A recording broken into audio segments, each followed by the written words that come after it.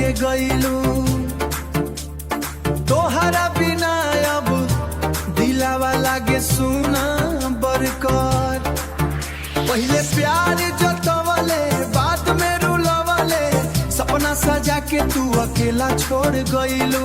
रात भर अखिया से बरसेला पानी, तोहरे याद में हम टूटल बानी हानी।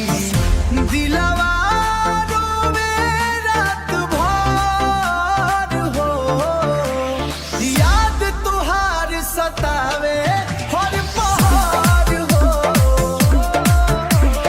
तू बेवफा हो गईलू सनम,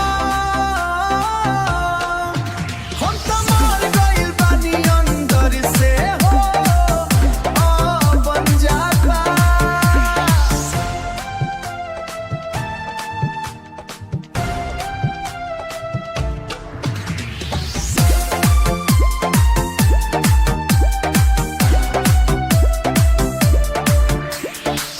चांदनी रात में चेहरा तोहार दिखे,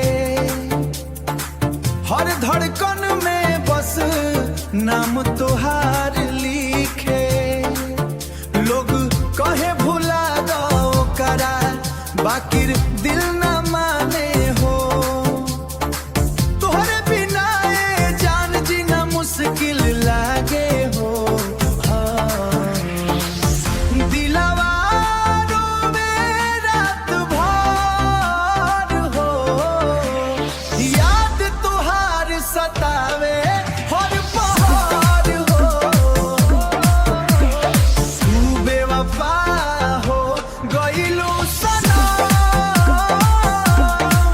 हम तो मर गइल बानी अंदर से हो, बन जाता।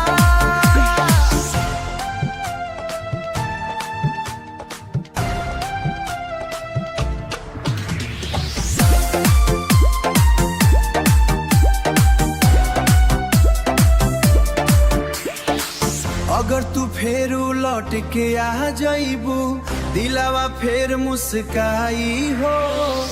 टूटल प्यार के कहानी फिर से बन जाई हो।